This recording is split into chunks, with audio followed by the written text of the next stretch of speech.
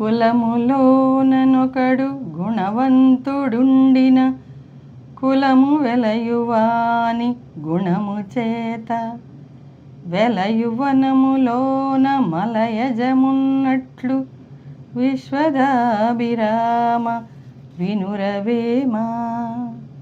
వంశములో ఒకడు గుణవంతుడు ఉంటే ఆ వంశానికి అతని మంచి గుణములచే కీర్తి వస్తుంది. అలాగే అడవిలో చందనము చెట్టు ఉంటే అడవికి అంతటికీ కూడా సువాసన వస్తుంది, గొప్పతనం.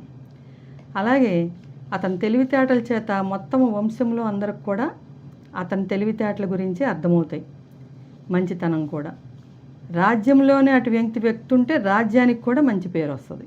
ఒక రాజుగారి కథ తెలుసుకుందాము, సమయస్ఫూర్తి.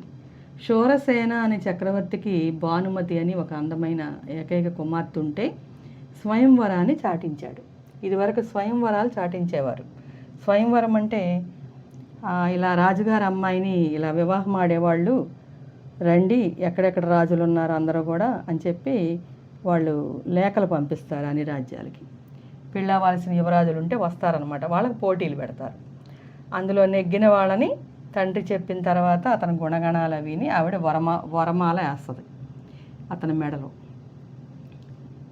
చాలామంది వచ్చారు, అందరికి కూడా పరీక్షలు పెడితే అందులో ఒక ఇద్దరు బాగా నెగ్గుతారనమాట. ఎవరంటే హర్షవర్ధనుడు, విక్రమార్కుడు.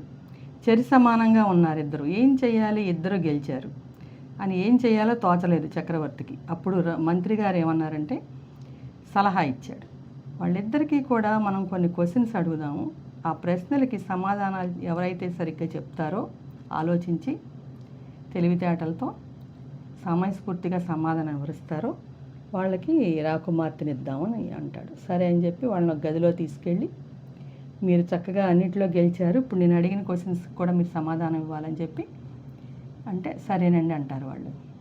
ఫస్ట్ ప్రశ్న, మీరు వచ్చిన గదిలోకి ఎన్ని మెట్లు ఉన్నాయో 30 గడియల్లో చెప్పాలి, అంటే తొందరగా చెప్పాలి 30 గడియల్లో. అలాగే రాకుమారి శయన మందిరాన్ని ఎన్ని రకాల పుష్పాలతో అలంకరణ చేశారో నలుగురు నచ్చునట్లు చెప్పాలి. మూడవది, రాకుమారికి ఇష్టమైన రంగు ఏమిటో తేటతెల్లం చెయ్యండి అని అడిగాడు మహామంత్రి. యుగంధరుడు అంటే మహామంత్రి యుగంధరుడు 3 ప్రశ్నలకి హర్షవర్ధనుడు ఆలోచనలో పడ్డాడు. 30 గడియలు దాటిపోతున్నాయి.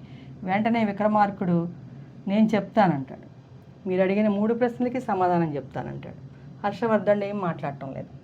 మొదటిది 30 మెట్లు ఎక్కువ వచ్చాం, రెండవది 4 రకాల పుష్పజాతులతో సైన మందిరాన్ని అలంకరించారు, మూడవది రాకుమారి ఇష్టపడే రంగు తెలుపు అన్నాడు. అప్పుడు యుగంధరుడు మంత్రి ఆప్యాయంగా విక్రమార్కుడిని కౌగిలించుకున్నాడు. హర్షవర్ధనుడు ఓటంబారంతో వెళ్ళిపోయాడు. భానుమతిని దక్కించుకున్న విక్రమార్కుడిని తర్వాత యువరాణి అడిగింది, ఏమండి మీకు మాయామంత్రాల విద్యలు ఏమన్నా వచ్చా? అమాత్యుల వారు అడిగిన ప్రశ్నలకు అంత చక్కగా జవాబు ఇచ్చారు అని అడిగింది. అప్పుడు నవ్వుతూ, మీ అమాత్యుల వారు అడిగిన ప్రశ్నలోనే సమాధానం ఉంది, కొంచెం మెదడుకు పదును పెడితే సరి అన్నాడు. ఆ ప్రశ్నల్లోనే 3 ప్రశ్నల్లోనే సమాధానాలు ఉన్నాయి, మీరు కూడా వెతకండి. భర్త సమయస్ఫూర్తికి భానుమతి మురిసిపోయింది. ఇలా సమయస్ఫూర్తిగా ఉండే వ్యక్తులు రాజ్యాన్ని పాలన కూడా చక్కగా చేస్తారు, ప్రజలతో కూడా మంచిగా ఉంటారు, ప్రజలతో మంచి పేరు తెచ్చుకుంటారు.